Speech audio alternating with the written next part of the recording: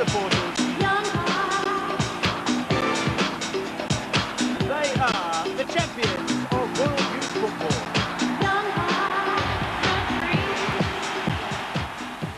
20 years ago, an idea to provide a stage for the youth of world football brought to life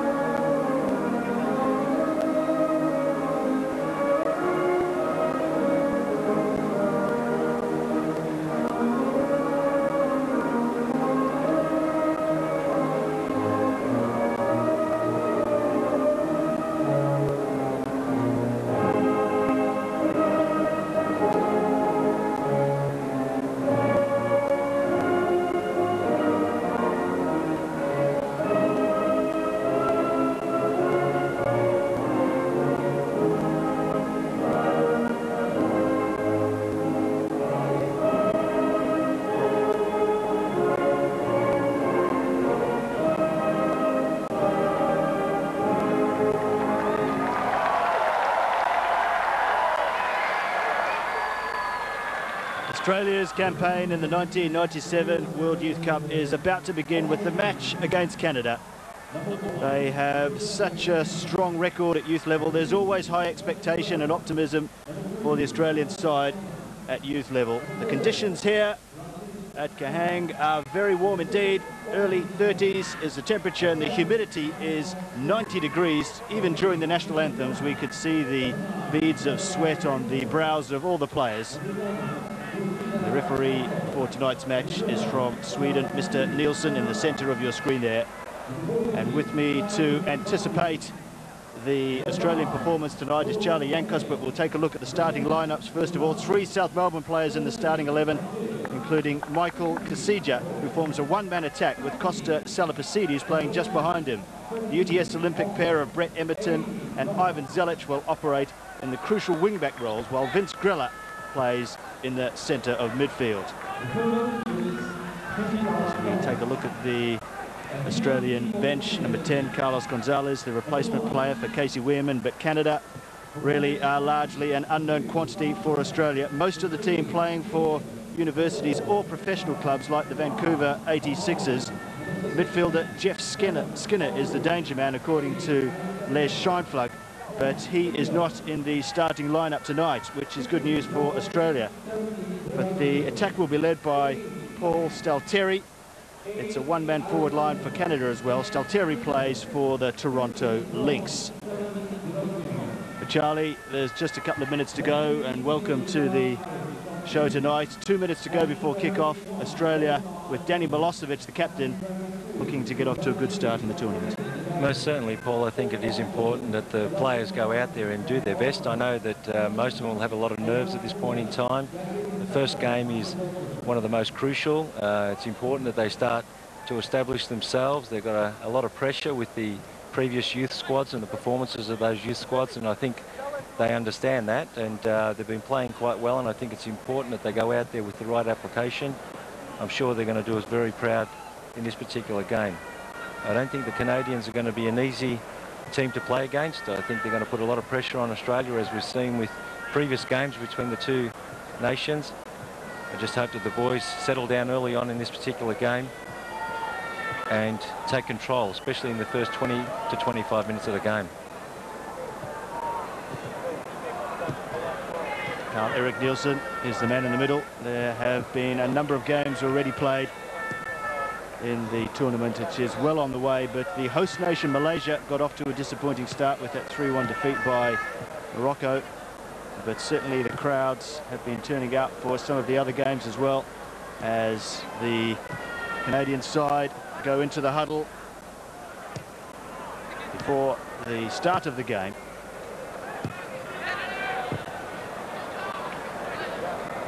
Well, the full international side for Australia is in the midst of qualification for its own World Cup party in France of next year. But the under-20 side has already made the finals. And all our eyes now switch to Malaysia just for the evening, as the side embarks on another attempt to match itself against the world's best at this level. Canada will kick off, playing from right to left.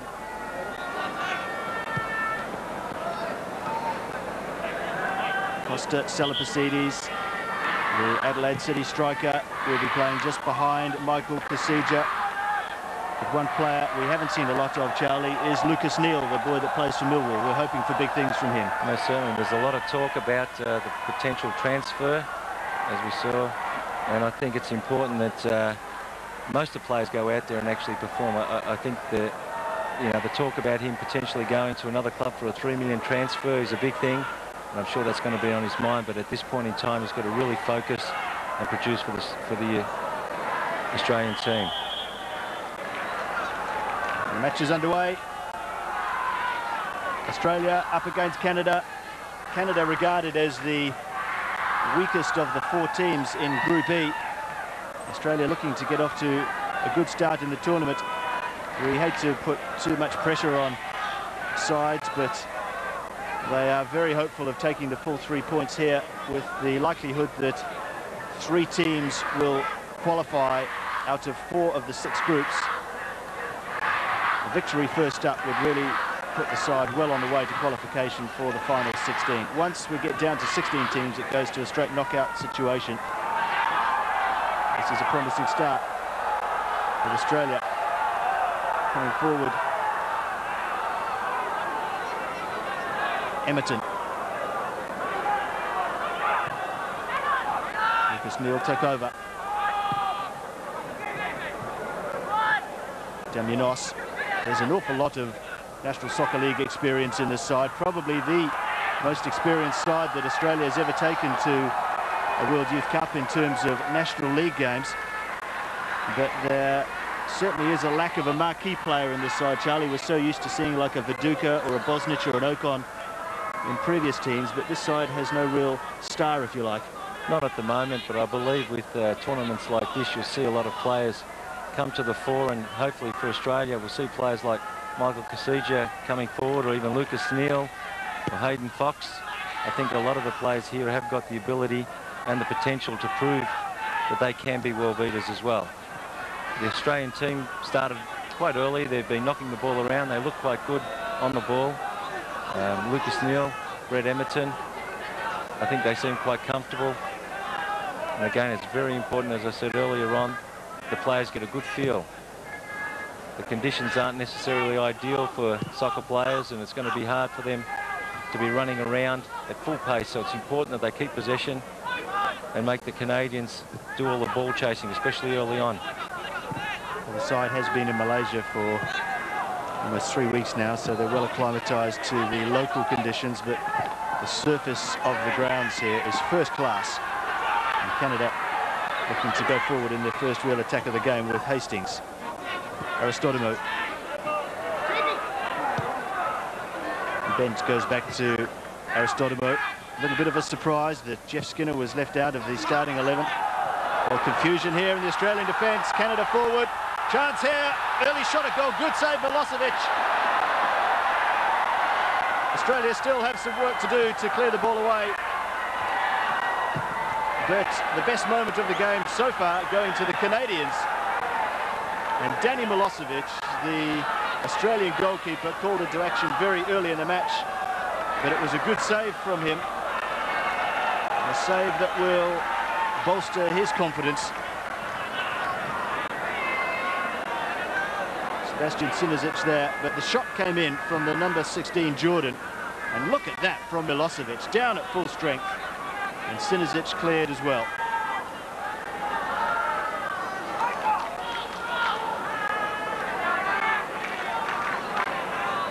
Ivan Zelic will take the throw. Waiting for some options. Canada starting the game, the stronger of the two sides. This is more good work from them. Australia just being forced onto the back foot temporarily, we hope. Aristotle. No chance to settle the side down. Possession won back. It's an Australia ball. Some good tackling in midfield from Lucas Neal. Demianos.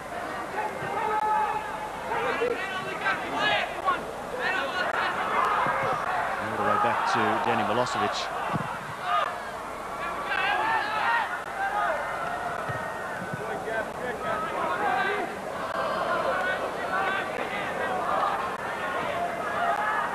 Perhaps with the fact that Australia does have so many players that have played senior football here in Australia, the side is somewhat underrated. There hasn't been a lot of speculation about how far Australia will go in this particular tournament, not like previous teams that we've had where we have set some kind of expectation. There's a little bit of hesitancy to do that, but they are capable of surprising us, particularly with the format now with 24 teams. Well, I feel the fact that they are in this situation, they're always going to be a team that is going to put a lot of pressure on the likes of Argentina, and if they get further, Brazil and so on. It's always been the case with Australian teams that they're going to give 100 and 110% in every game they go to, and especially at this particular level, the youth level, the results have been on the board. But this game early on, there's only 5 or 6 minutes in, and what we've seen so far is the Canadians have been putting a lot of pressure on the Australian defence. They're not letting them settle on the ball. Even though neither team's really settled into a pattern, we can see a lot of loose balls. What's actually happening, they're knocking the ball around. The Canadians probably feel a little bit more comfortable on the ball. And when the Australian team's got it, they're putting pressure right on them all the time. There's not a lot of room to operate, and Canada a good ball. Again, they are threatening down that right-hand side, and Milosevic called into action for the second time in the match.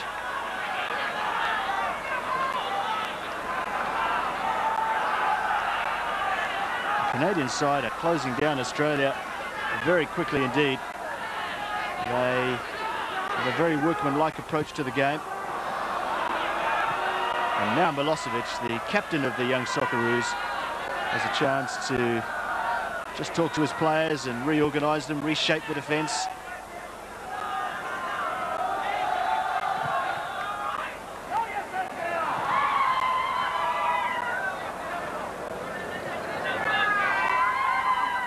So this is the situation, Paul, that I was referring to. You see the Canadian players pushing way forward.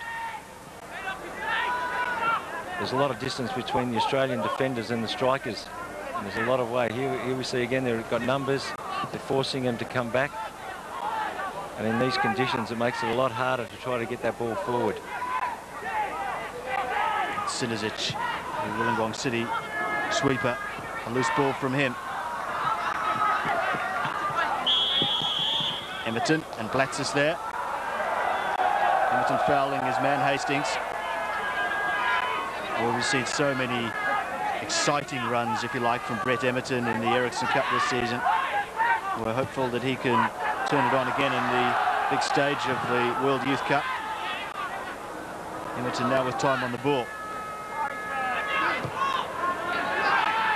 Damianos, so tidy with the ball at his feet. It's a good ball in behind. The chaser is Lucas Neal. He won't get there, but For the first time in several minutes, Australia in the Canadian third of the field. Emerton comes across to take the throw in.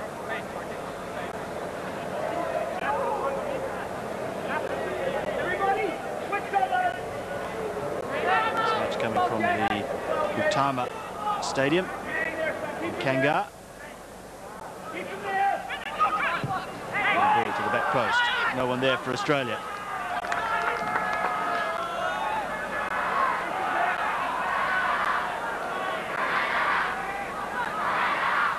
Jason Bent is the Canadian number 6.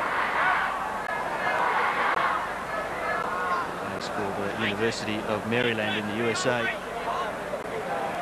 A lot of the Canadian players play their football for universities, and a lot of them play for universities in the United States.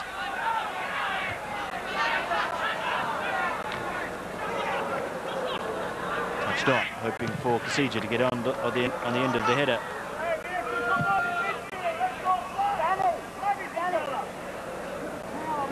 And you can just see by the sweat on the arms and the brow of the linesman, who doesn't have to do a lot of running, just how warm the conditions are. Les Scheinfeld feels that his side is well prepared in that regard. They've played a number of warm-up games against local opposition. They've done particularly well in most of those as well. When I say local opposition, I'm talking about local National League sides. The only disappointment from those build-up games was the injury to Casey Weirman, the broken ankle that he got in the match against Police. What a blow that was for not only Weirman but for the Australian side. Carlos Gonzalez, the ETS Olympic midfielder, hopped on the plane, and now he has the chance to impress. It's amazing how quickly things can change in the game of football as Zelic takes the throw. Before we could see the frustration there on Ivan Zelic's face. It seems a lot of the players are reasonably static, or the Canadian defence is doing a magnificent job and not giving them the opportunity to be actually to find a target man. But I think it's important that the Australian players start to kick the ball on the ground. Again, we talked about the humidity and the heat. It's important that they keep possession, keep working the ball, just make them easy passes, try not to do anything too complicated early on, and just make the Canadian players just keep running. As we can see there, they're putting pressure on the Australians.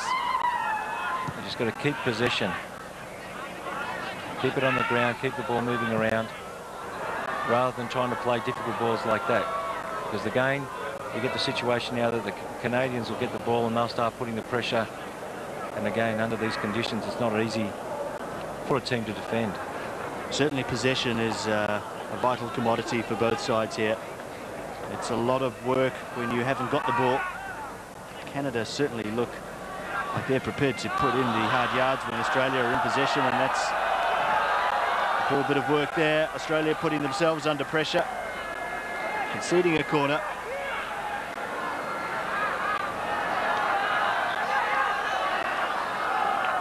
Ross and Emerton at the near post. 6 Canadian shirts in the penalty area, the in-swinging corner coming in. Milosevic already a metre off his line, ready to come even further if he has to. Still Canada in possession. Chip to the far post. And the flag's gone up for offside. De Rosario was the culprit for Canada.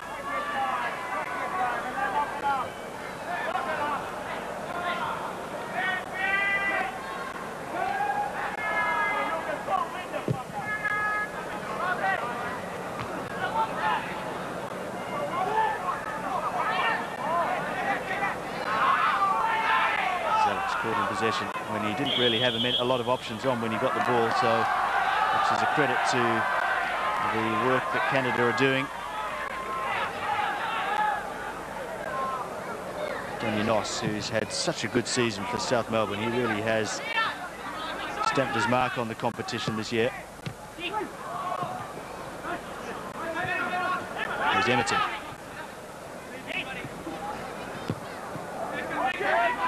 Hayden Fox. So good to see him in action again after having a frustrating season with injuries. Fox again coming forward from the back. This is better from Australia. Nice play from Hastings. Still Hastings going forward as Australia try and come back. The ball given away rather cheaply by Canada this time. Damianos so composed on the ball even when he's surrounded by players. Good work coming back there from the Canadian number 6 Bent.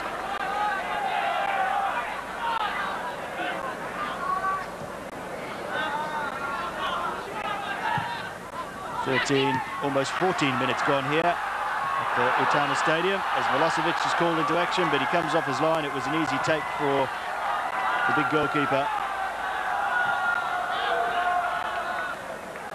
But Canada probably just with their noses in front at this stage of the game in terms of territorial superiority over Australia. De Rosario, good layoff from him. He went to get the ball back again, but just the foot there of Hayden Fox helped it back to the goalkeeper.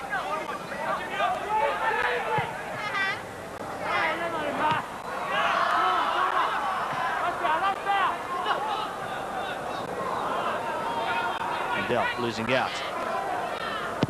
More good work from Fox to clear the ball away. One back by Neil, who just turned his back on the ball for a moment. Another free kick to Canada. Steve McCauley, the Canadian number 5.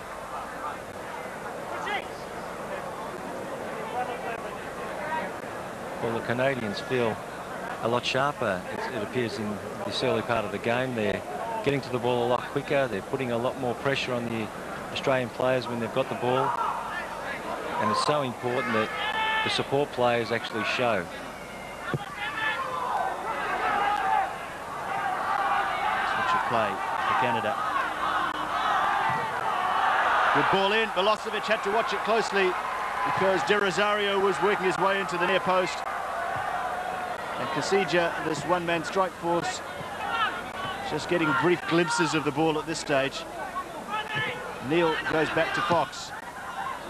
Great ball from Hayden Fox there. Damianos. Australia need to do something from an attacking perspective to lift themselves. Damianos, great ball to the back post. Salapasides got past his man. Still Salapasides, he's gone down. There were no real serious appeals to the referee for a penalty as Costas Salapasides got past his man delightfully in the penalty area there. If we take another look here. Well, was he checked as he went past by the Canadian number 4, Brian Devaney? Paul, I think he knocked the ball far too far to be in a position to be in control of it in that situation, so I don't believe it was a penalty. It was, appeared to be a good decision by the referee. It was good to see that the Australians played the ball wide. Salapasides was able to turn the defence and actually run at the defence, and I think that's important. They need to do that. I'm just concerned that they're sitting back too far at this point in time, and the Canadians are knocking the ball. They're creating a lot of opportunities, as we see right now. Well, good work from Canada. The ball to the back post. Still the Canadians in possession. The shot comes in, deflected. Kindell with the final attempt on goal. But again, the Canadians have created a shot on goal.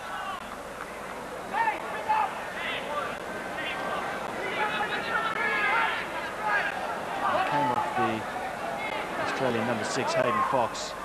More work for Milosevic. Well, it was left there, loose ball. Let off for Australia there with somewhat of a defender's shot from Stephen McCauley. But Canada may look back on a number of chances that were missed here, but what was the Australian defence doing? They didn't handle that near post ball well at all. What a clear chance that was, and how lucky the Australians are not to go one down there. Again, the Canadians are the ones that are really creating the opportunities. They're the ones that are running off the ball. The Australian defence seems to be all over the place, and the Canadian players are quite easily getting behind, and that's the most important things. And the build-up prior to the corner, we saw that the Canadians came down that Australian right-hand flank, their left-hand flank, and got a good ball in. And I think it's important that the Australian team starts to settle down. I don't think anybody's really taken the ball and said, hey, this is ours. You know, don't give the Canadians any further opportunities. And that's a great bit of work from De Rosario. And a good early ball out of defence. And now Australia have an opportunity to do exactly that, Charlie, with Ivan Zelic. Emerton touches it on. Great ball from him. Here's Lucas Neal. So he just showed too much of the ball there. The problem we've got is that the Canadians are getting behind the ball very quickly. And here's another ball trying to split the Australian defence. But the Canadians have got numbers behind the ball. And the Australian team, because they're defending and they're sitting so far back in their defensive third, it's making it a lot harder, especially under these conditions, to try to break forward. So when they break, there's only like 2 or 3 players up there. Emerton going through, trying to make a third player. With the decoy runs from Kasija to the right and Salapasides to the left. And Michael Franks, who hasn't had much to do in the match so far, off his line with a tidy bit of work.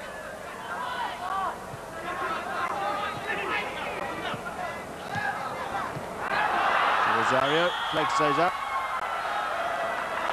And Milosevic made double sure by coming out and gathering the ball. Driving at the feet of Jason Jordan.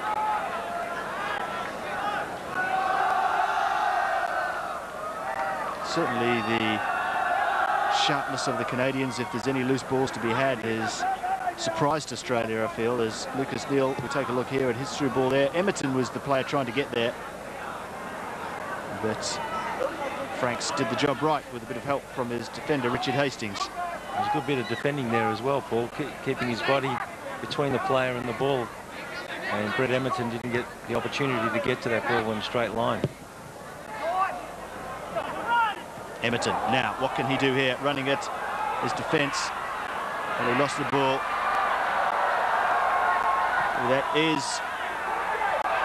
a time where the heartbeat tends to race a little bit when Emerton is running at a defence, because he's so good at going past players.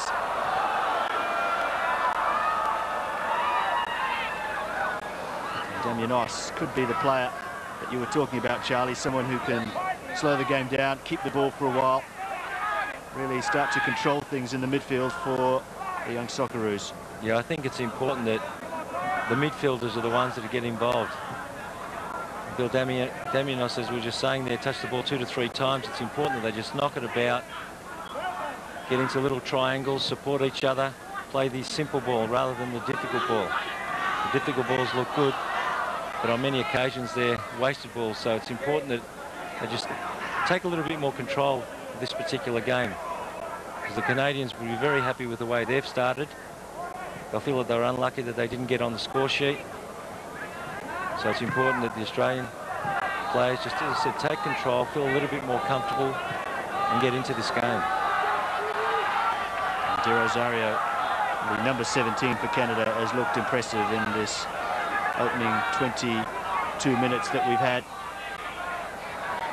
Here he is again. Dwayne De Rosario just helping it on to the number 10, Kindell. Zelic going out wide to close his man down. Shot came in, direct shot too, an unusual place to take the shot from, and it surprised the defence somewhat. Seja, Salapasides couldn't get there. When Australia do seem to get the ball forward, they seem to be relying on Michael Kasija to have to hold the ball up an awfully long time before he gets some support, and it's very hard when you're the only man up front doing that, as Rosario is offside once again. Yeah, Paul, we talked about that situation where a striker has to hold the ball up, as we see this play again by the Canadians, and definite offside. But it is so important that Michael Kasija gets his body between himself and the defender and holds the ball up, because that's what they're going to have to rely on. Having the situation where he's playing up front literally by himself. We saw this role that when Eddie Thompson was the Australian coach with the Socceroos, and we had Graham Arnold playing up there and relying on the support players. In certain situations, it's an ideal tactic, but I think it's very difficult for a lone striker to be up there to hold the ball up, and they've got to do a lot of hard work, a lot of grafting, and it's not that easy, and I really sympathise for them. I'm sure they always like to have a partner up there with them to share that load, but again, I feel as this game's going on, the Australian players are feeling a little bit more comfortable. It's just important that they don't give away the cheap ball, especially when they've got control of it and they're not put under pressure. And all credit to the Canadians. They're not letting the Australian team, especially the strikers, have space and time on the ball. And they're closing them down in numbers and 2s and 3s. And the Australian players are put under a lot of pressure. Hayden Fox. Sinisic to Fox again. And they're prepared to concede possession until Australia cross over the halfway line before they start closing down. Blacksis allowed to run forward just a little bit surprisingly, waiting for support. It's not coming. He's under pressure. Blacksis very strong, hard to shake off the ball, even though he half lost it there, if you like, to Jason Bent, but he got his body back in.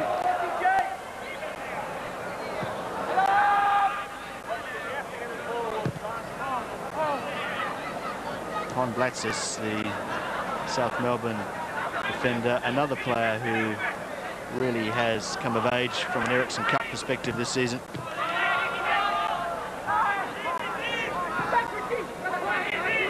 Now, the Shine Flug is asking his players to take that form and that confidence to a stage that is somewhat tougher.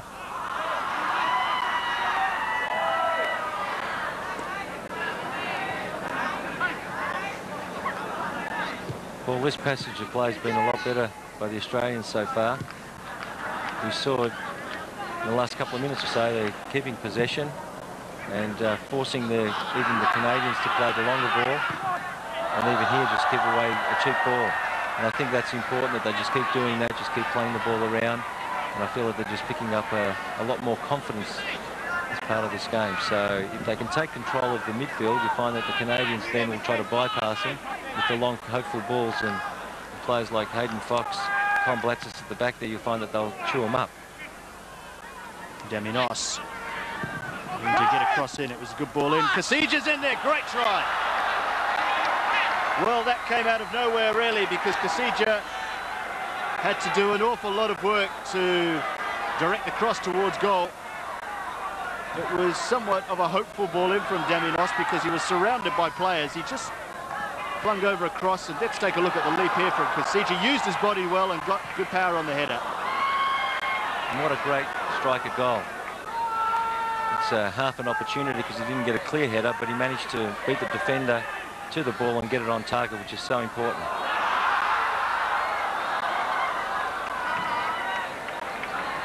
Again, Canada have some lively moments in attack, and they... As we see the ball from Bill Daminos to the far post, a great floated ball, and Michael Kasija off balance but still managed to get a good header on target.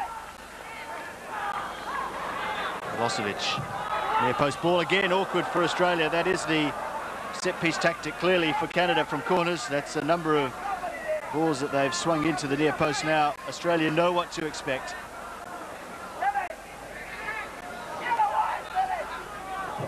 This time it's a little deeper. Good chance too for the Canadian number 6, Bent. And Milosevic was almost walking towards the near post as the corner came across. He was expecting another ball there, and it went to the far post, and Jason Bent, under some pressure from one of the Australian defenders, just couldn't keep his header down.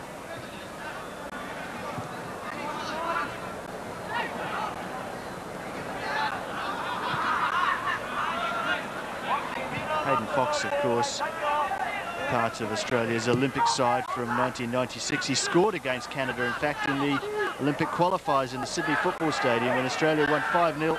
Fox, the baby of the side, got the first goal and really set the Olympic side on the way to Atlanta in '96. He didn't actually play any games at the Olympics, but it was a marvellous experience for him. But since then he's been plagued with injuries and has only just recently got back on the park, if you like. And along with Danny Milosevic, recently signed for German club Arminia Bielefeld. Deep corner. And it was a push at the far post there from the Canadian number 7, Paul Stalteri. He's been kept fairly quiet so far. Came into the game as one of 2 players to watch out for, the other being Jeff Skinner, who didn't make the starting 11 for some unknown reason.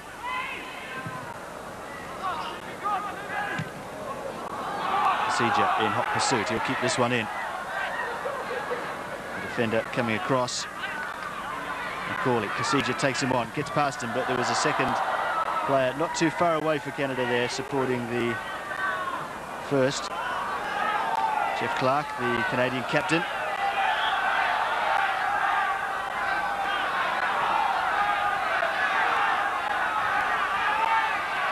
He's one of 5 players in this Canadian squad that play professional football with Vancouver 86ers, the most well-known Canadian club side.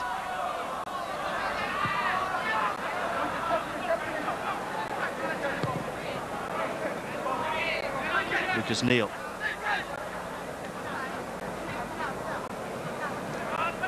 Damien Oss. There's Vince Grella. Neal again. Certainly on the ball, Australia do have some talented players. That's a good ball from Neal, but Zelic just couldn't quite get those long legs working. Well, it was so good to see that all the midfielders there combining, playing the ball around, playing the simple ball, frustrating the midfield of the Canadians. And it's good to see. I think it's the feature that we've seen in the last probably 10 minutes or so. The Australians are starting to be a little bit more composed on the ball. And you're finding that the Canadians aren't getting as many opportunities.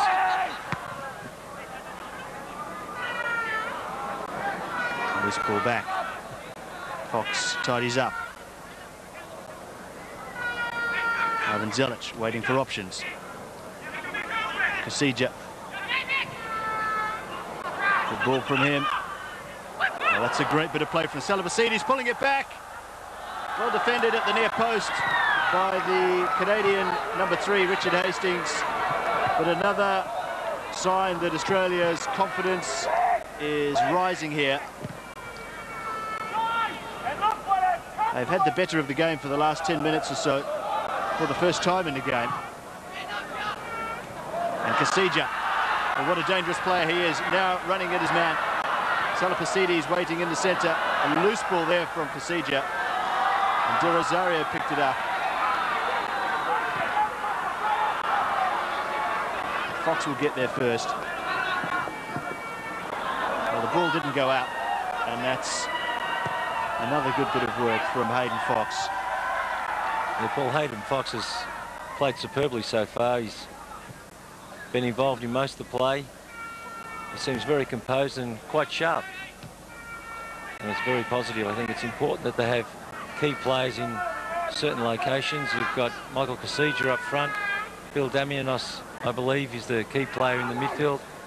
And then you've got Hayden Fox playing that libero role and pushing forward.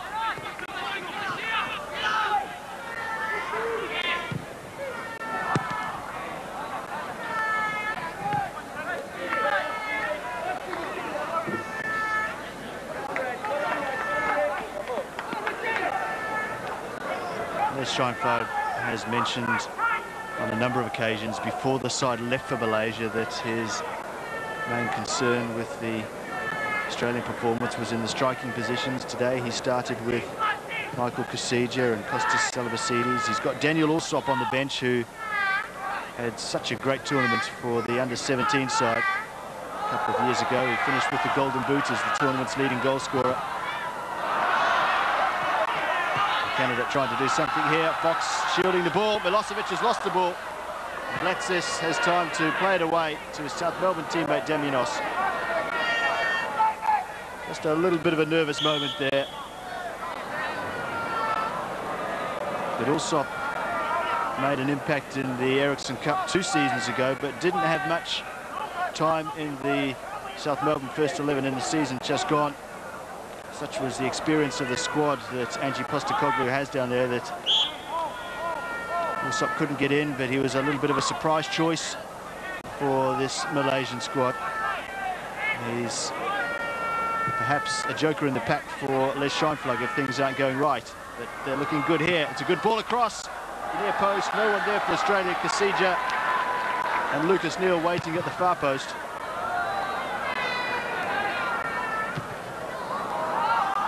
De Rosario again. We just saw on 2 occasions there where Salapasidis was managed to turn the defender and get down the byline.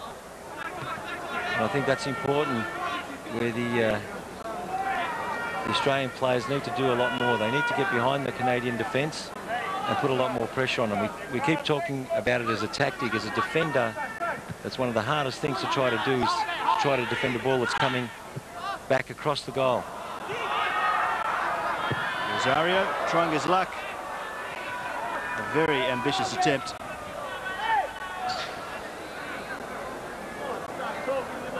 We've had just under 35 minutes of the first half gone. If you've just joined us, the score is Australia 0, Canada 0. Canada certainly starting very strongly, forcing Australia onto the back foot, but as the half has progressed, Australia have really got more and more into the match and have had their own moments in attack.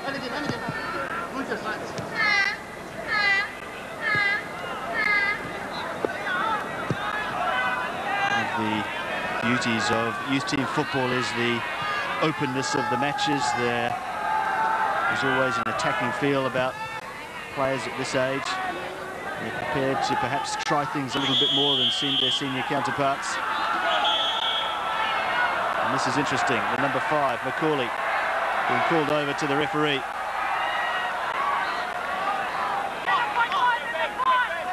He's got his yellow card ready on his sleeve to give out to the referee, but I think that's a FIFA badge. A let off there for Macaulay.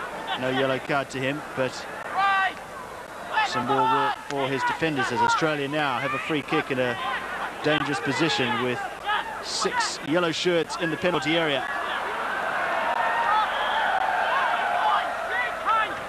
Whipped across to the near post. No one there for the young Socceroos.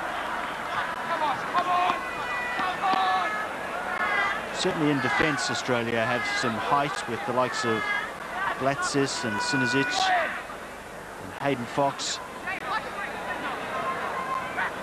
But up front in Kasija and Salapasidis, there's not a real focal target, if you like, for a high ball into the penalty area, though we've already seen Kasija's ability in the air in this first half.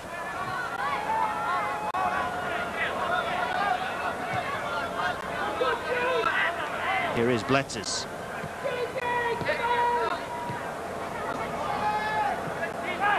Lucas Neal helping it on. Emerton again down this right-hand side. Still 2 men to beat and not much room to operate for Brett Emerton.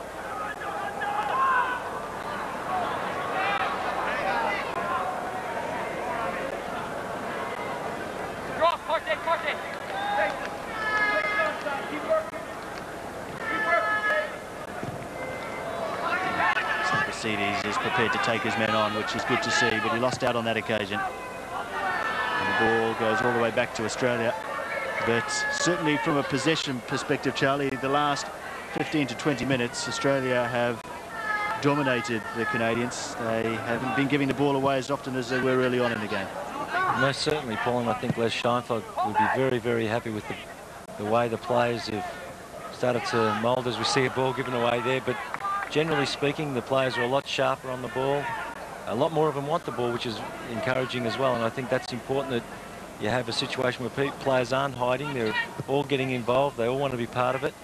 I think what seems to be lacking when we talk about the fact that there's only one striker, a lone striker, it's important that you get midfield players and fullbacks But there's Brett Emerton, but I think it's important that the penetration actually comes from behind the defence. And Emerton has won the ball in a dangerous position. One to the far post, no one there for Australia. Salapasides was coming in from the left, and he was just a little bit too close to the goal to get near the cross. And Canada now with a quick break of their own. Kindell. An early ball in, loose ball, no one marking the Canadian there. And a let off somewhat for Australia because Jason Jordan was all on his own as that cross came in, but the ball floated in by Kindell was just over the head of Jordan.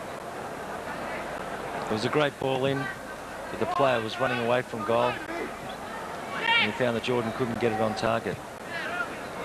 But Paul, what I was saying earlier about the Australian penetration, it's important that we see the wide players, the flank players, getting forward a lot more and getting behind the defence of the Canadians.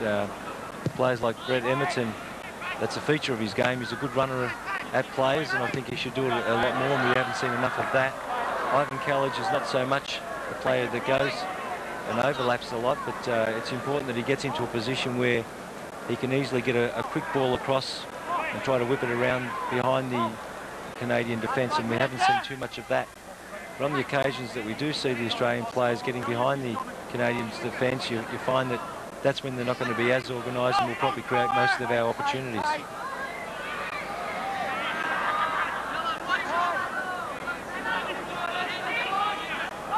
Just over 5 minutes until the break.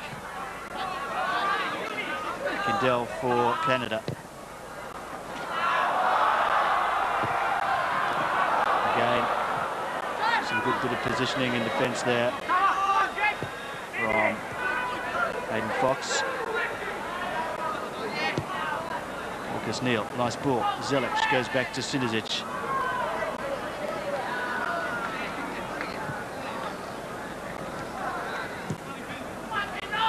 Loose ball in a dangerous part of the ground too. Canada with men forward.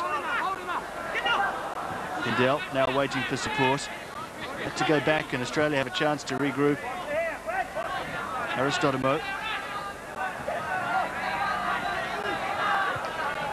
You can see perhaps that the pace of the game has slowed down considerably from the opening 15 minutes, when certainly Canada were firing on all 6 cylinders. They were very busy indeed, but they're just slowing down somewhat now, and that may work in Australia's favour in the second half. As Scheinflug, a firm believer in strong conditioning at local temperatures in preparation for tournaments. We don't have information on how long Canada have been in Malaysia, but there was no way that they could continue the early pace that they were showing in the game. Well, Paul, I think it's important that teams get into a position where they can actually play the full 90 minutes. The game's not over until that final whistle goes, so whilst the Canadians put a lot of pressure on the Australians in the first 5 to 10 minutes, I think what they were trying to do is force an error, as we see a magnificent ball. For De Rosario, trying to play it across, but some great covering work from both Danny Milosevic and his defence. But De Rosario, he is the thorn in the side of Australia. He's quick, he's big, he's fast, and he got behind Sinisic there, and it was only the recovering run there from Hayden Fox that saved the day for Australia, because the number 16 for Canada, Jason Jordan, was just waiting for the pullback in the centre. And the post ball again, and Milosevic, well, he holds his hands up as if to say, I had it covered all the time, but he was scrambling across his goal line there. Kindell with the corner and the cut across his eyebrow. Well, with only several minutes to go, it's important that the Australian team really keeps possession of the ball. I think the pace has really slowed down because neither team really wants to concede a goal just before half-time. It's one of the situations that all coaches and players dread, that they give away a cheap goal just before half-time. So it's important that we just keep possession.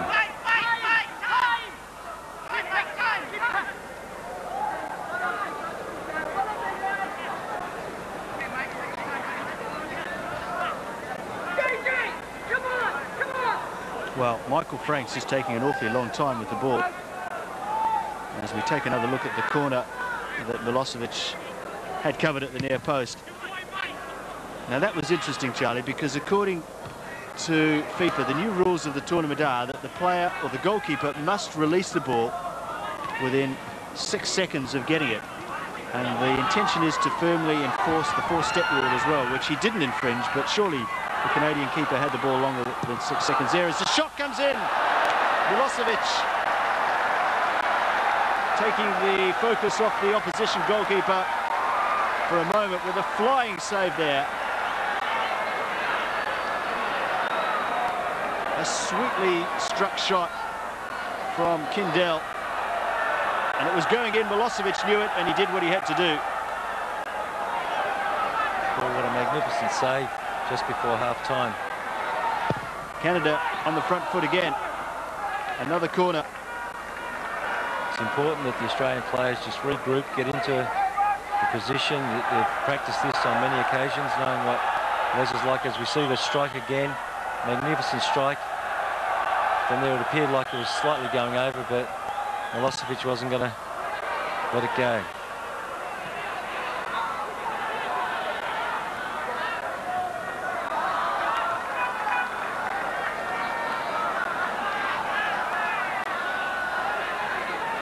The Canadians are putting on some pressure just before half-time, hoping to steal that goal, as I was saying earlier on.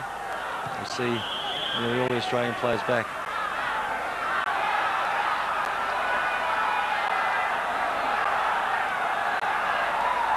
Just about at the 45-minute mark here at the Utama Stadium. Well, just on that ruling that you mentioned about the goalkeepers, the situation may not have gone over to the referee as yet, so, or he might have not deliberately been looking at it. But it's certainly good that, I mean, we talk about time wasting in a lot of situations, and it's important that we get the ball flowing as quickly as possible and the game moving as quickly as possible.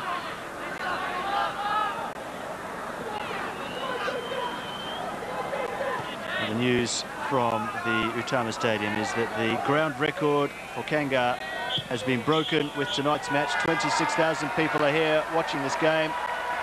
The second of a double-header, of course. In the first game, Argentina played Hungary, but it's half-time here now. And a very even first half, and a half that Australia improved more and more as the half went on, if you like.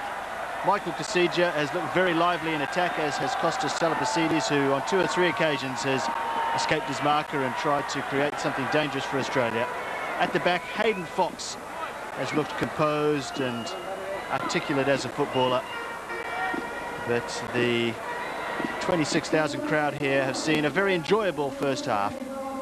But at the break, it's Australia 0, Canada 0.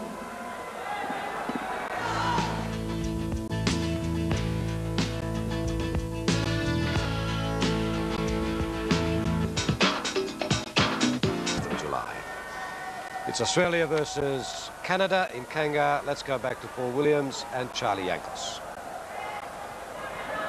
Thanks, Les. And the second half about to get underway.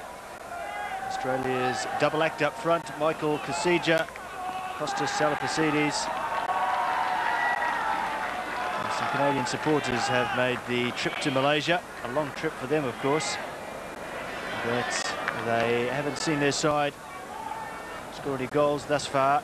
These two sides have played each other once before at under-20 level. That was back in the 1985 World Cup finals in Minsk.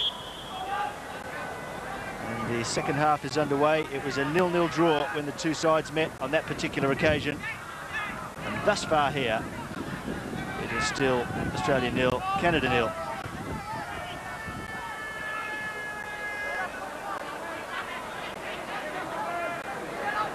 Australia have made one change at half-time. Mark Robertson has come on for the young Socceroos to play in the centre of midfield there,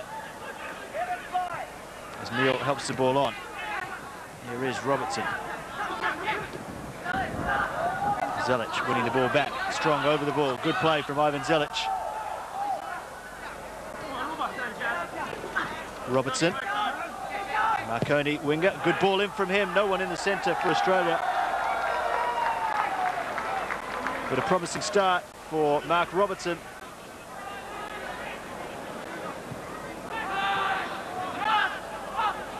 Yet to confirm who's come off for Robertson, but at this stage it looks like Vince Grella. Zelic again, nice turn from him. Robertson involved very quickly and winning a free kick. It's always hard to come into a game as a substitute, but Mark Robertson has done the job. Vince Grella, we can confirm, is the player who made way for him. Look at this, he's in the thick of things again. What a start from Robertson. He's just chomping at the bit to get involved in the action. Well, it's important that he tries to get into the game very quickly. As you mentioned, coming on at half-time, you're not there with the pace of the game as yet. And it's important that he does get involved, and as we saw, he's been involved in the thick of things for the most of this part of the second half.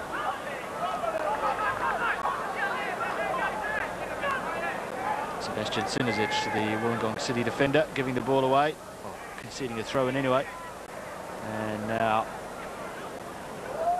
Canada on the attack. Let's hope that Australia can start the second half better than they started the first. Aristodomo goes all the way back. Aristodomo again.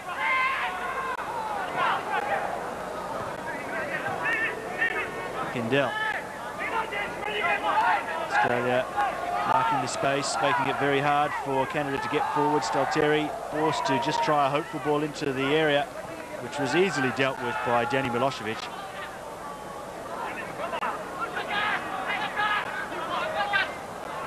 Neil forward, ball given away.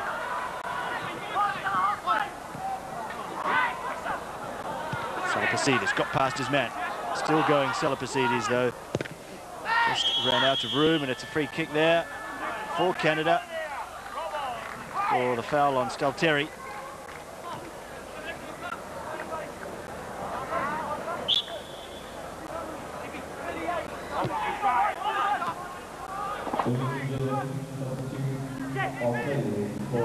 Stalteri again through the centre. Good run from Paul Stalteri. Australia backing off somewhat. Damianos, very good bit of defensive work from the South Melbourne midfielder, allowing Australia time to funnel back and get some more men behind the ball. And Robertson with his hands full. The flag went up there, if you're thinking that Milosevic was just a little bit casual with that back pass from the head.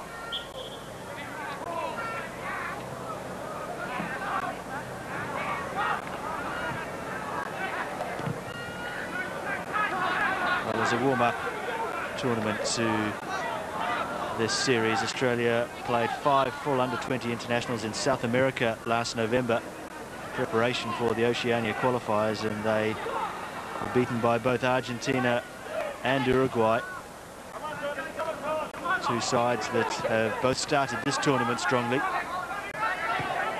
Uruguay beating Belgium 3-0. A similar scoreline between Argentina and Hungary.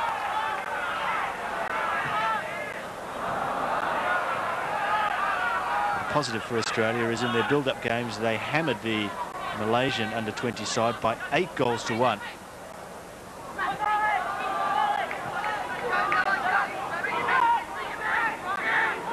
Still, Canada is proving a tricky opponent. De Rosario also is very tricky. Well defended there by Fox again for Australia.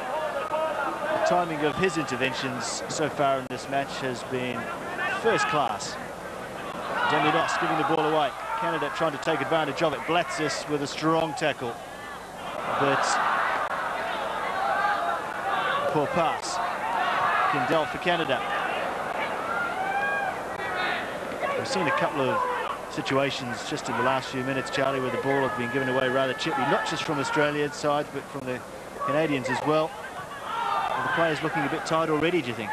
Oh, no, I don't think so. I think what they're trying to do is probably force the ball a little bit too much. Well, sometimes they become casual, as we see Hayden Fox pushing forward. It's good to see that he's playing a real strong role defensively. I'd like to see him probably penetrate a little bit more forward. He's a really good, gifted player coming forward.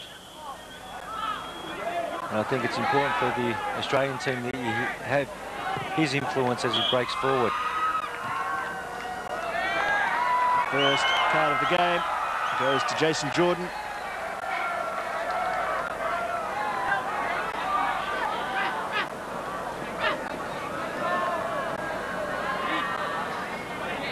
Jordan, who plays for the Vancouver 86ers. He's the second youngest player in the side.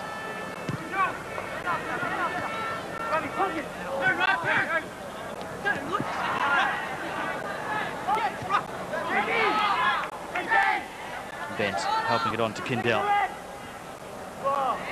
Both sides struggling to really find some rhythm in this second half so far. We've had just over 6 minutes after the break, but this is a superb run. It was stopped in the end with a challenge from Sinisic, who really stood up in the tackle, if you like, and fortunately for Australia, the ball ran forward on, and Kasija is in control. Demianos just helping it on to Fox, coming forward from the back. This is good to see from an Australian perspective, and it's a great ball out wide to Emerton if he can get there. Emerton now, deep cross. Kasija's there, just over his head. The goalkeeper, Franks, for Canada was flapping somewhat at that one.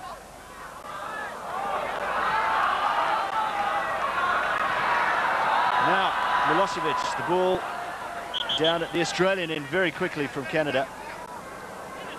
Well, what a great passage of play, and we talked about Hayden Fox breaking forward and creating opportunities, and the importance of Brett Emerton getting behind the defence of the Canadian team. And as we saw through that build-up with 2 to 3 passes, and all of a sudden we're right in the penalty box, and unfortunately we didn't get onto the end of it, get a shot on target or anything. And again, Hayden Fox breaking forward. I think it's important, however, with him venturing a lot more forward, that the Australian players realise this and they actually sit in for him. And I think the inclusion of Mark Robinson there is probably to do that, because he seems very quick and very nippy. He's a different player to the other 2 midfielders in Lucas Neal and Bill Damianos, and I think it's important that you have a player of his calibre to be able to be a little bit more mobile off the ball, and a little bit probably aggressive when the team's losing the ball, and he can hustle and bustle and try to get that ball back a lot earlier. He certainly is somewhat of an impact player, if you like, just through his energy and enthusiasm, as Canada look to make a change. Tithopoulos comes on. It's Jason Jordan who went off, as we see the score update there from the game between Costa Rica and Paraguay at half-time. Costa Rica with that advantage. And for England supporters out there, they've started well. They've scored a goal, but they've also conceded one to the Ivory Coast.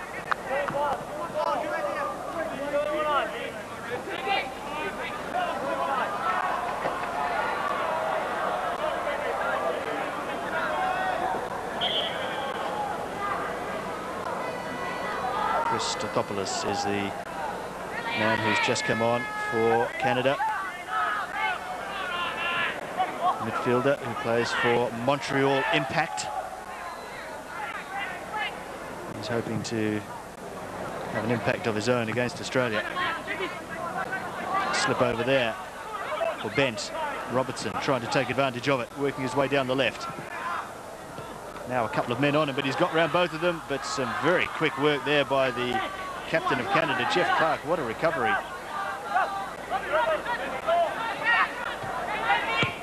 Stalteri. Back to Bent.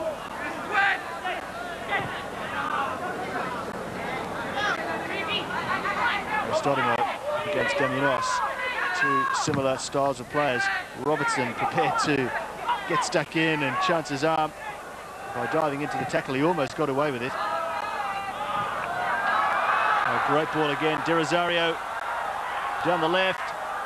Blatsis, such a quick player, and he showed his speed there to recover against the Canadian danger man, Dwayne De Rosario. And now Emerton trying to do the same down the other end. A forward run from Brett Emerton. Still Emerton going forward. Kasija was tempted to take over, but I think he decided to leave it in the end for Emerton's run, and in the end the Canadian defender just stole the ball from between the two of them.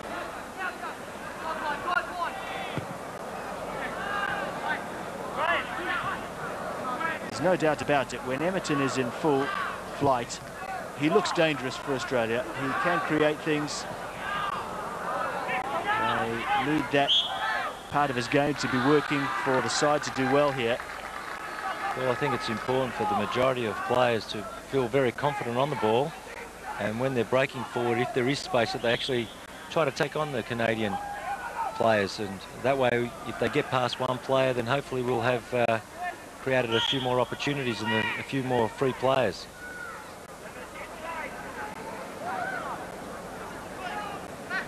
Aristodimo over the ball for Canada.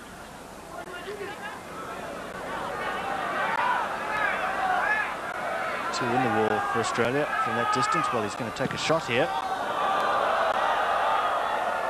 The optimism of youth. It's good to see sometimes, but from there, if they manage to score past the goalkeeper, then the goalkeeper's not worth anything at all in those distances. Certainly Danny Milosevic would be quite happy to take any shot from that kind of range. He'd back his ability against anyone in the world, I would think. Not just at youth level either, from that distance. I think I'd even go close to saving one.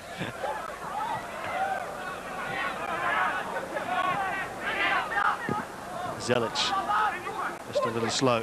Canada still going in quickly when the ball is there to be had. Hayden Fox takes over for the young Socceroos.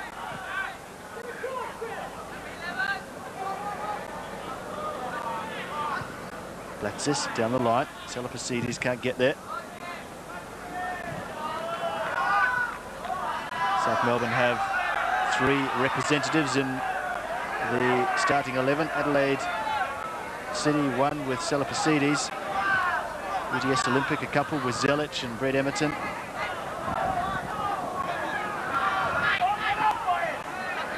Daminos looking for something. Some movement from Kasija. Plenty of Canadians behind the ball. The shot comes in. Good shot. Loose ball. Chance here for Australia. Salapasides. Surely something. Was that handball? Kasija can't finish it.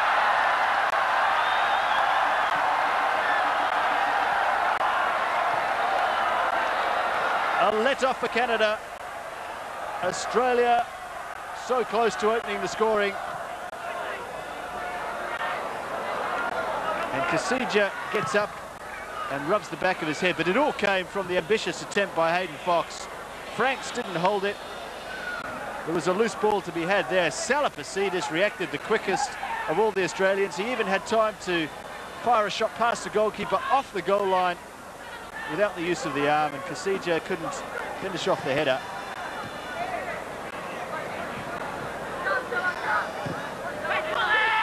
Well, you do feel, Charlie, that there is a goal to be had in this game from somewhere. Yeah, Australia's best moment of the match, without a doubt. Yeah, both teams are playing free-flowing open football. Here we see the Canadians breaking forward. There seems to be a lot of space on the ball. And the Australians were very unlucky there not to get on the target and get on the score sheet.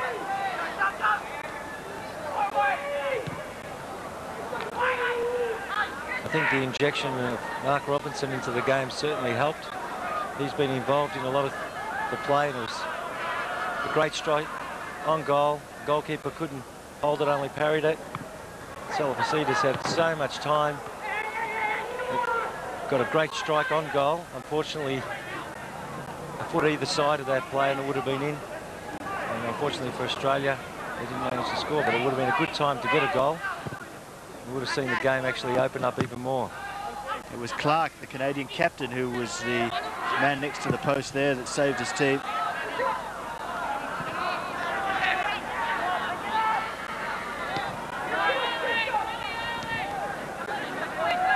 In these conditions, we may see the introduction of substitutes from both sides. Just looking at the Australian bench, they've got Daniel Allsop, Carlos Gonzalez, Yanni Topchevsky, and Simon Colosimo, Tanzil Beza as the possible options still for Les Scheinfeld. They've used one, of course. Mark Robertson came on at half-time for Vince Grella. As Damianos takes the free kick away by the Canadian defence. First to react from an Australian point of view was Robertson. Zelic gave the ball away there to De Rosario. De Rosario trying to find a man scuttling down the left-hand side in Hastings. Throw into Canada. The tempo of the game just being stepped up somewhat by both sides. Well, I think you feel both teams really want to get on with the game and actually score first. I think it's important in tournaments like this that you manage to get the first goal, get the runs on the board, as they say, and then hopefully you'll get the opposition coming at you, which means that you'll have a few more opportunities, especially in the defence, because they'll probably try to throw a few more players forward. And it's important that Australia gets onto a good start in this tournament. We can't afford to come in with a draw or anything like that. I think it's important that we do get the points on the board, especially with the likes of Argentina. It's important, I think, from a confidence point of view also, to be able to go in after the first game with a positive victory. Yes, there's no doubt a loss here would be disastrous for Australia. But I get the feeling that there's just one goal perhaps in this game. And it's hanging in the balance. Robertson trying to tilt the scales in Australia's favour. Damianos. Sinovic. Well, De Rosario offside. Let off for Australia there. The flag was up early though, and it was a good decision from the linesman. But just for a moment, the shape of the Australian defence was looking a little ragged there.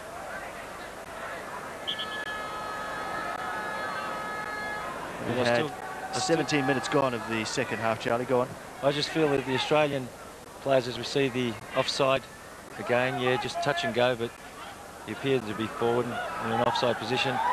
I still feel that, apart from Brett Emerton, we're not really getting players behind the Canadian defence. And on the left-hand flank, Ivan Zelic, we mentioned earlier, isn't the type of player that takes on any players and gets behind them.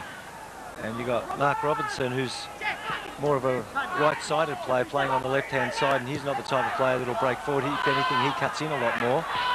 I think something that would probably be a lot better for Australia was to see the Canadians breaking forward.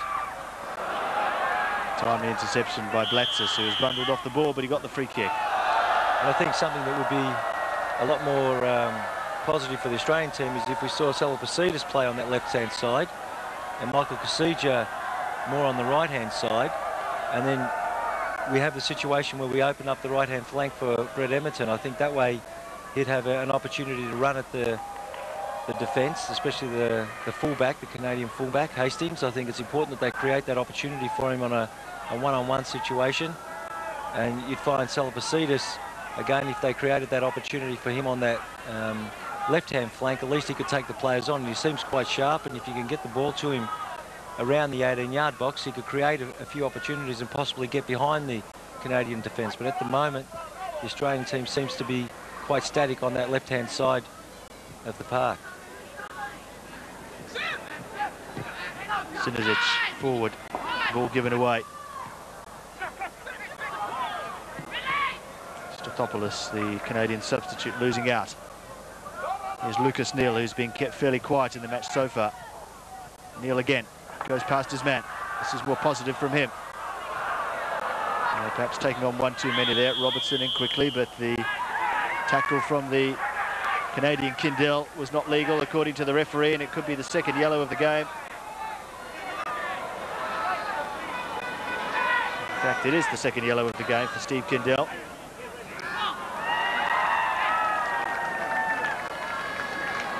There are a few Australians in the crowd. We hear the clapping and cheering there, albeit fairly muted when the Australian, rather the Canadian player, was shown the yellow card.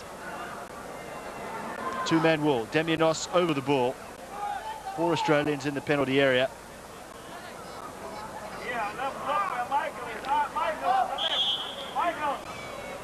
The call from Les Scheinflug was hit it to Michael on the left.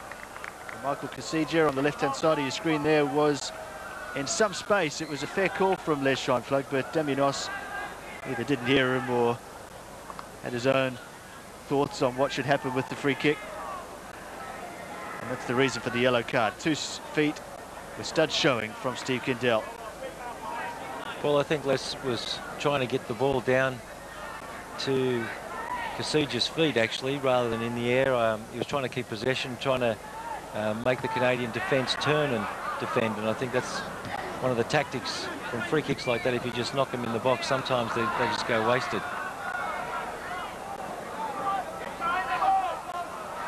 De Rosario up against Blatzis.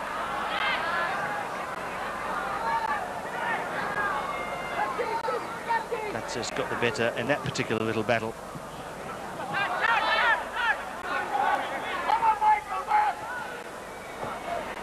Australia's next opponent is in 2 days' time. They'll be up against Hungary, who were beaten by Argentina in the curtain raiser to this match. And on Monday night, the big one, if you like, Australia up against Argentina. All games can be seen here on SBS, of course. This is a good run for Canada again. Good pullback as well. Stalteri. Chance here for Canada. Milosevic has got the ball, but only just. And the flag stayed down. Stathopoulos with a golden chance to put Canada ahead. But again, an incisive move forward from Jason Bent, who has impressed. He pulled the ball back to Stalteri. There's Stathopoulos unmarked on the back post there. He got the ball. Milosevic was down, but Blatzis got there quickly and saved the day, really, for Australia then. What a magnificent chance for the Canadians. Again, the Australian defence, we were talking about the importance of players getting behind defences. And we saw there that the Canadians penetrated through that side and made it a lot more difficult for Australia to defend. And the chance went begging. Robertson, deep cross. It's Kasija! Well, that was a brilliant try from Michael Kasija. He had so much to do from the cross from Robertson. He was a long way out from goal. He had to jump to get the ball. He went for placement and just tried to lob it over the goalkeeper into the far post. Superb try. What a magnificent cross deep to the far post. And the placement, how unfortunate. That deserved better. What a magnificent header, just wide. Well, Michael Kasija is a player who's looked the part tonight, without a doubt, with limited opportunities in front of goal. Twice now in the air we've seen exceptional efforts from him. And the chances are coming at both ends now, Charlie. The Canadians had one just a few moments earlier. Yeah, what a magnificent game it is, Paul. You have a situation where all the players seem to be very committed. They're pushing themselves forward. They're not afraid to take players on. And I think that's the importance, that now they're starting to feel a lot more confident. And you find that with this type of situation, from a defending point of view, players are going to get tired, and there'll be a few little mistakes here and there, so you're going to have these opportunities coming, hopefully thick and fast, but hopefully for the Australian team. We've had 25 minutes gone of the second half there. Australia versus Canada. If you've just joined us, it's still 0-0. But surely the first goal is not too far away. Kasija fouling his man.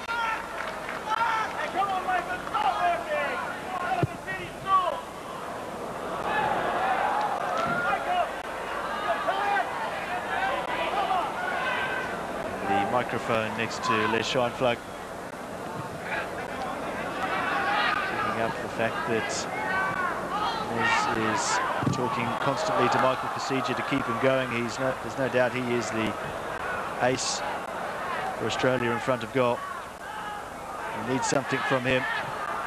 Kasija, here he is, turning away, now faced up to his opponent with a very snappy turn indeed. Damianos. Here's Ivan Zelic. Yeah, they need to get somebody wide. I think that's what's missing at the moment. We saw Michael Kasija there. As the Australians nearly giving possession away. But we saw Michael Kasija having possession, and he's waiting and waiting and waiting. We didn't see a player going down that flank. And that's why they're not able to penetrate, and they're trying to get through the middle of the Canadian defence, which is not going to be an easy task because they seem to be well organised. And they're not giving the Australians too much room in their penalty box. Robertson getting the foul. Lucas Neal leaving it to Ivan Zelic. Taken short. Neal, gap opening up for him somewhat. Chance here for Australia, good shot! What a save there from Franks. And Salipasides is another who has impressed, despite being on the edges of the game, if you like.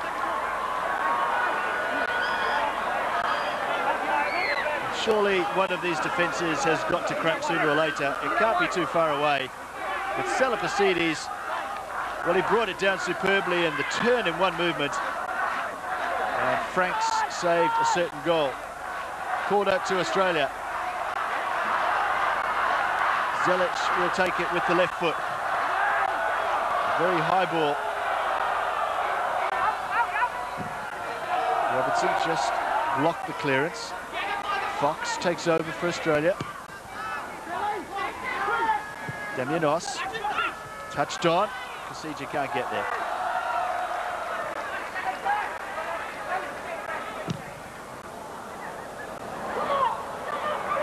Now let's take another look at the turn and swivel shot from Salipasides. Look how high the ball came in, and in one movement, and that was headed right for the back of the net.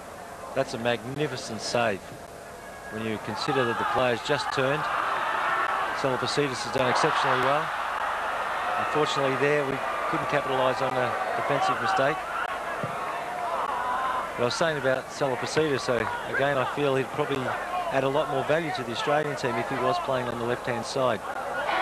He's very sharp, very good on the ball, and not afraid to take on any of the players that approach him, and I think that's one of the situations that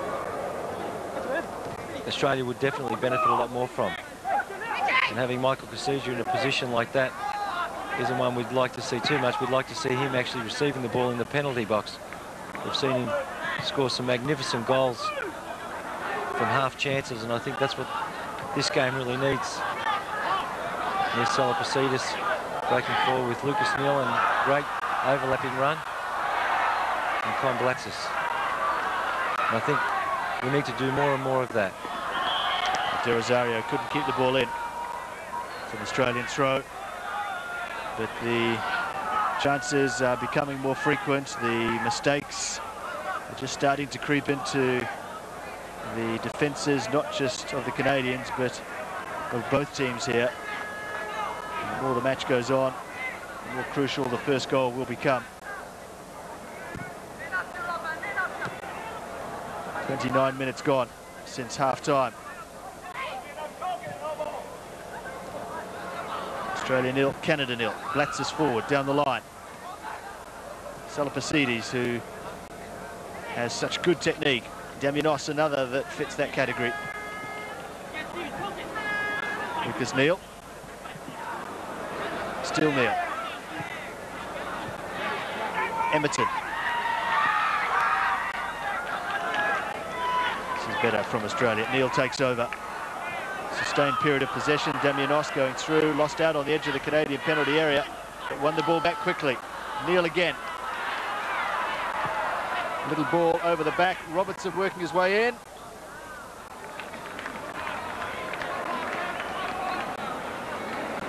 There's no doubt that fatigue is going to come into the equation now. You can just take a look at the players and see even Robertson there, who only came on at half-time, is breathing heavily. Michael Franks, the Canadian goalkeeper, has kept his side in the game with that great save from Salipasides a few moments ago. Robertson goes short. Fox, right to the back post, too far, too big.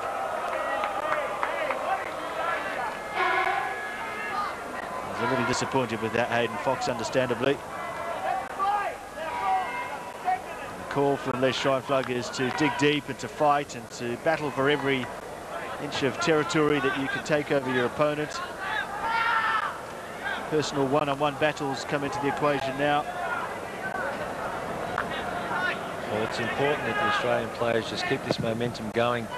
They can't afford to sit back. They've got to keep playing, going at the Canadians, trying to create as many opportunities, and they've got to work as a team and graft for each other. Damien Oss. I just feel they'd get a lot better value if they did get wide. At this point in time, they're trying to break the Canadian defence through the middle. And it's only something like a little bit of brilliance that may be able to turn the defence and we get a chance on goal. I think it'll be far better for us if we can keep possession and we can get wide. I think that's more important. Certainly the opportunities will come. But as a unit, it's important now that we keep composed, keep nice and compact. Both teams have been playing the game at really full on, full pace. And so it's important that we're nice and compact. Here we are, we see we're very spread from the sweeper in Fox right up to Kasija. And there's just too much of a gap, and it's creating a lot of open space for players. And I think that's something that we've got to try to prevent as much as possible in this latter stage. Work as a unit, work in numbers, and you'll find from a defensive point of view it is certainly a lot easier. And then when you break and if you win the ball, you can break as a unit and you can get 2 or 3, maybe 4 players into the box a lot quicker.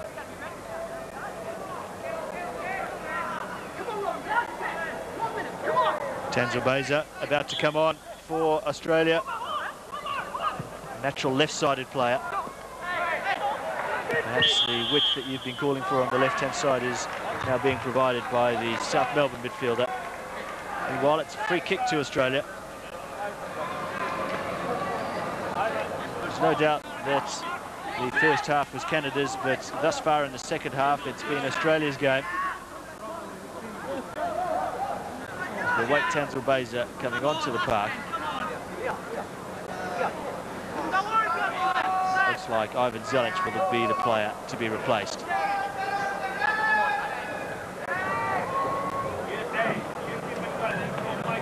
Fresh legs important with just over 12 minutes remaining. Canada have just made the one change. That's Australia's second. Minos, always available. Robertson, he's made an impact for Australia in the second half.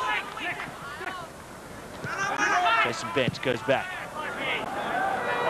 That's good pressure by the Australian team, Paul. I think that's what they've got to do a little bit more of. You find the Canadians, as they're getting tighter, they're going to give away cheap balls like that. The game largely being played certainly in the Canadian half or even in their Canadian third. Australia needs something to show for that territorial advantage. Beza with the throw. Corner to the young Socceroos.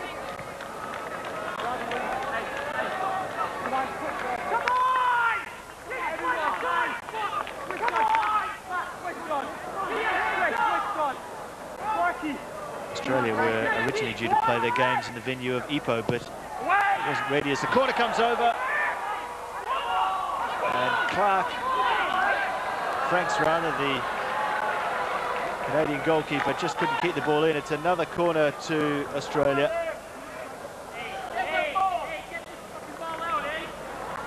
Australia need to get on with the game quickly, and we see the healthy crowd there behind the goal. It's a superb stadium here at Kangar. 26,000 people in. Franks punches this time. Better clearance from him. Oh, that's great play. Neal, surging run forward from Lucas Neal. He'll keep this in. Pulls it to the back post. The ball curled out before it came back in, and Kasija just left it and saved his energy wisely.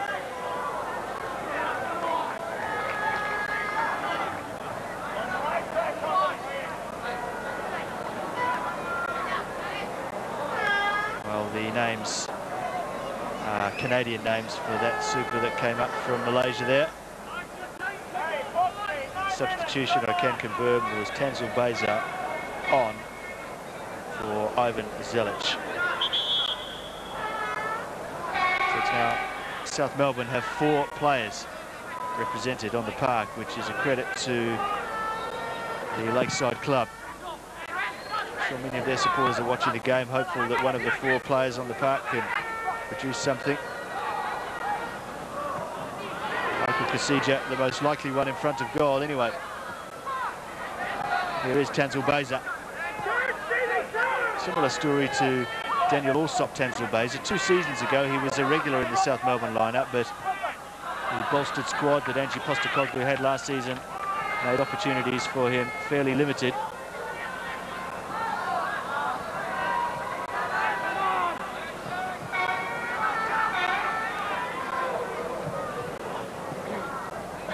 Kasija can't bring it down. Macaulay, another tired-looking clearance from this Canadian defence.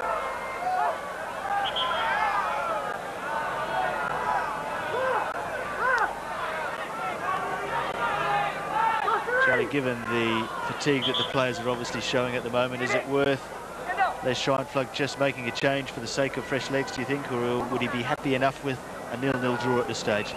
Well, I don't think most coaches would be happy with a 0-0 draw in the first game. Depending on obviously the opponent. I think this game's been fairly even. There's been opportunities on either side. As we see a substitution there with Jeff Skinner coming on. But I think the game has been fairly even with both teams having opportunities and good opportunities. As we see the Canadians break forward again. De Rosario, who's been kept quiet for much of this second half. It's a good ball for him. Stithopoulos. Australia with numbers back now. And a very good intervention indeed from Robertson. Now, what can Australia do on the counter-attack with Canada having been committed forward? Beza, a little ball over the top was the intention, but Kasija came short.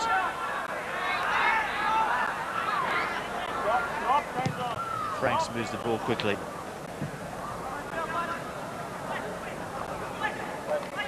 There are some significant rule changes that have come into the game for the World Youth Championship. As I mentioned earlier, the goalkeepers are only allowed to hold the ball for a maximum of 6 seconds. And the 4-step rule is heavily enforced. But also, if a team gets a penalty, the goalkeeper is allowed to move before the penalty is taken, but only along his goal line, not towards the penalty taker. Well, they're trying to make it more difficult for us all the time, aren't they? But just on the point on how the coaches will be thinking at this point in time, as we see that infringement on Brett Edmondson by Hastings, I think both coaches will be happy in terms of the way their players have applied themselves to the game. There's been more than 110% commitment. Everyone's putting in everything that they've got, and they're digging into their reserves. But I think both coaches would certainly love to come up with a victory in this very first game.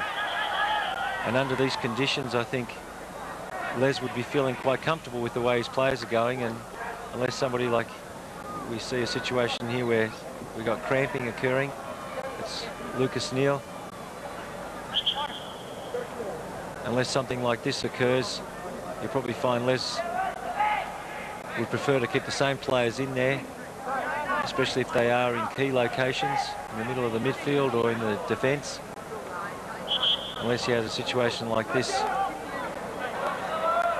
The referee is signalling for the stretcher there. He's saying that the game must go on. The trainers are on, but he really did want the stretcher for Lucas Neal so he could go off and get some treatment for cramp. And the stretcher comes now. Australia will be down to 10 men just temporarily. And we've got less than 5 minutes on the clock. If there is to be a goal now, it's almost certain to be the winner. Dejan Milosevic determined to keep his goal intact. Paul has actually had a magnificent game, especially early on in the in the game in the first half. When he was needed, he was always there to prevent the goals, and it's important that you have a goalkeeper who oozes with a lot of confidence. And it's important, as I said, when the team's under a lot of pressure, that they are able to stabilise the defence and nullify the opponents from pushing forward and creating opportunities. It's good to see there the Australians are defending in numbers, putting pressure on the Canadians as often as they can. It's just important now in the last 5 minutes or so, just keep possession. It's hard enough running with the ball and attacking, and it's a lot harder when you're trying to defend. That was well tackled. Good pressure coming from Canada again on Robertson, but he's a tricky opponent, Jason Bent. He's worked so hard for Canada tonight. He's impressed in midfield, as has De Rosario in a forward position, but the second player to go down with cramp. The stretcher comes on. He went down heavily there, tangling with Mark Robertson. He stretched it off, but will take a drink as he goes off, as he is very dehydrated, I'm sure.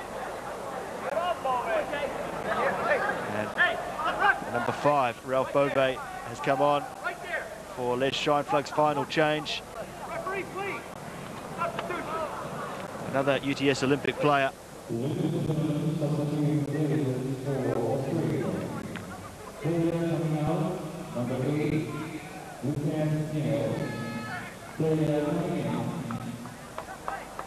And the referee from Sweden has had an easy time of it tonight. There's no doubt about it. The match has been played in good spirits. There's only been 2 yellow cards shown, both to Canadians. As Matteau comes on for Canada, both coaches forced to make changes because of the cramps that have occurred in their sides. Around 3 minutes left on the clock, plus injury time. Is there something for either of these two sides in the game?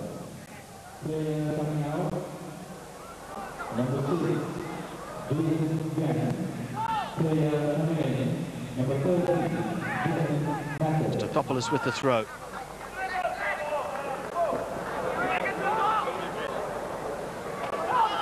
Stodimo wriggling away. Robertson can't get there.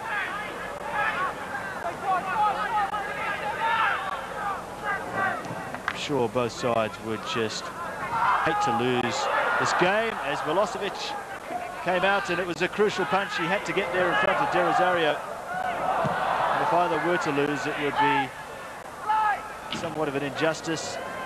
Both 11s have played well. Argentina are currently leading the group with that win over Hungary. Jason Bent went off with cramp. Jason Matteau came on in his place.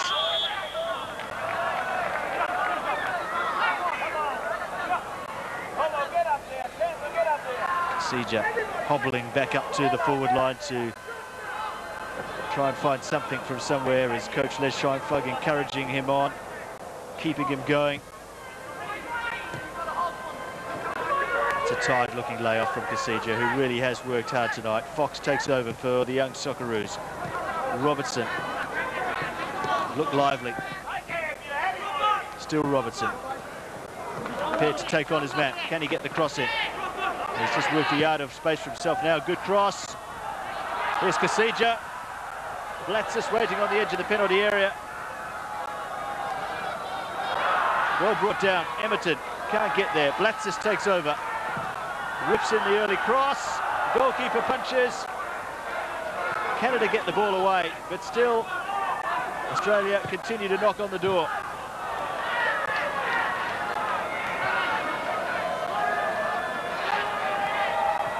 Blatsis, Emerton, Damianos. We're into time added on here in Kanga. Australia on top of Canada in these final few moments. Can they find a goal from somewhere?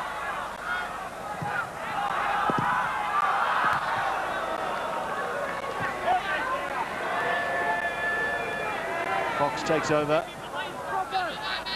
Robertson got past his man. Brought down. A last chance for Australia, perhaps. Well, what a great spell for the young Socceroos. They're committed right through to the end. Emerton over the bar. It's good to see that neither team's actually sat back and just gone for the draw. I think they know the importance of trying to get a result. But I think at the end of it all, both teams have played extremely well. I think there's a lot of good things that have come out for the young Socceroos, and Les Scheinfeld will be very happy with the way Hayden Fox has played. The midfields seem to have gelled quite well. Phil Damianos and Lucas Nil have played quite well. And up front, you have Procedure, who, whilst didn't have too many opportunities, those that he did have, he put on target, which is very important. And the defence, the Australian defence, after the patchy first 15 minutes or so and the occasional break that the Canadians did, seems quite good. I like the way, again, Hayden Fox is breaking forward from the defence.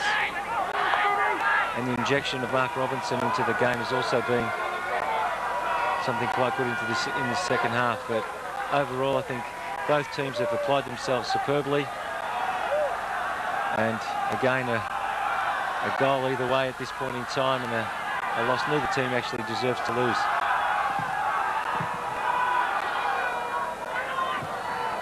Canada desperate to keep the ball away from the goal as we move 2.5 minutes into time added on. Beza taking the throw quickly.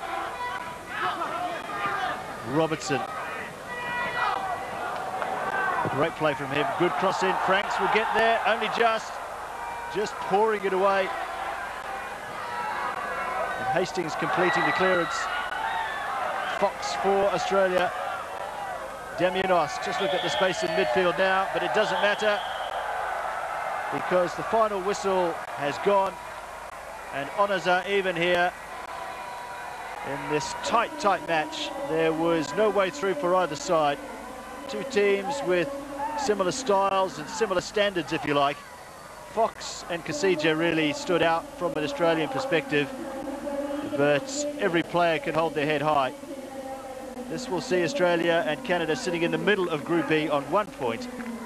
Argentina are leading the group on 3 after their 3-0 defeat of Hungary, who are yet to register a point. But some positives to come out of the game for Australia, I'm sure, unless Scheinfeld will regroup for the game on Friday against Hungary. But the final score here is Australia 0, Canada 0.